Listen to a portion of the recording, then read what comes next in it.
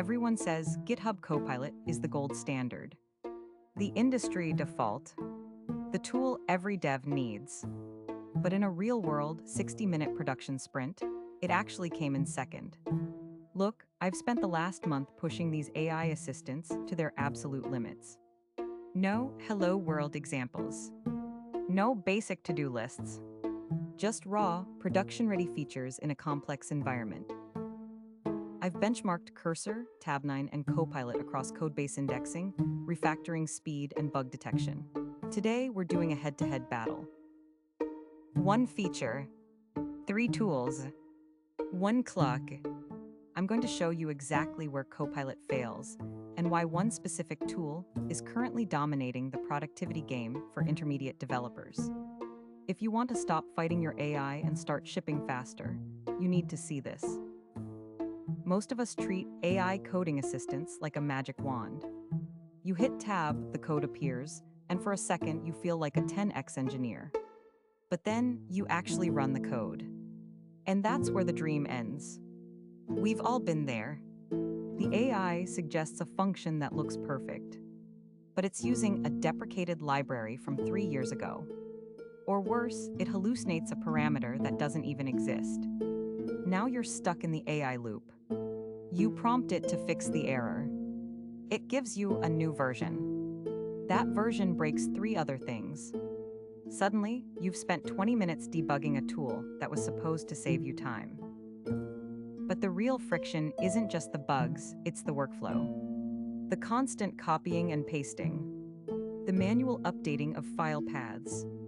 The mental tax of explaining your entire project structure to a chat window because the AI has no context. It's a flow state killer. We were promised a revolution in productivity. Instead, many of us just got a glorified autocomplete that occasionally lies to our faces.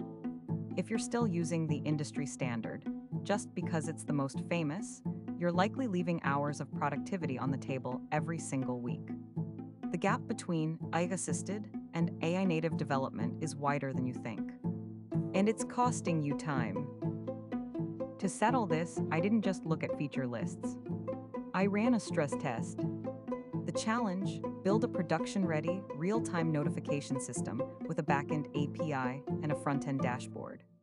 60 minutes on the clock. No manual boilerplate. Only AI. Let's start with the industry giant, GitHub Copilot. Copilot is the king of the next line. Its autocomplete is lightning fast. But here is where it hit a wall: project context. When I asked Copilot to integrate the notification logic into my existing auth middleware, it started hallucinating function names that didn't exist in my codebase. It knows how to code, but it doesn't truly know my asterisk app. I spent 15 minutes just correcting its assumptions. Next up, Tabnine. Tabnine is a beast for privacy and local deployment. If you're in a high-security enterprise environment, this is your go-to. But in a raw productivity race, it felt like a glorified autocomplete. It lacked the reasoning capabilities of the newer LLM-integrated tools. I found myself typing more than I was reviewing. Then we have Cursor. Now, Cursor is a fork of V's code, so the transition is seamless.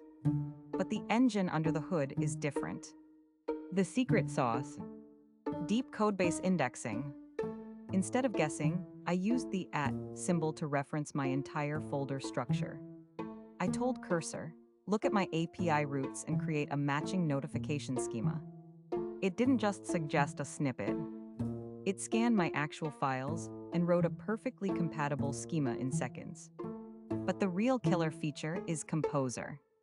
I hit CMDI and told it to build the front-end component and the backend controller simultaneously.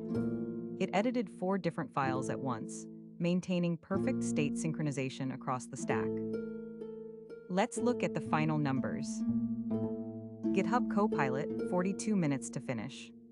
3 critical bugs. Tabnine, 55 minutes to finish. 5 critical bugs. Cursor, 21 minutes to finish. 1 minor styling bug. Cursor didn't just win on speed, it won on accuracy. Why? Because it treats your entire project as the prompt, not just the file you have open. So, the results are in. Tabnine was fast, but it struggled with the project's complex architecture. GitHub Copilot was solid, reliable, but it felt generic. It missed the nuances of our specific codebase. The winner, Cursor.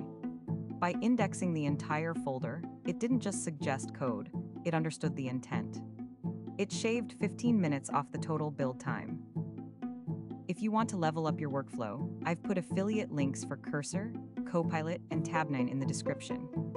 Using those links supports the channel, so I can keep running these head-to-head benchmarks for you. Now, I want to hear from you.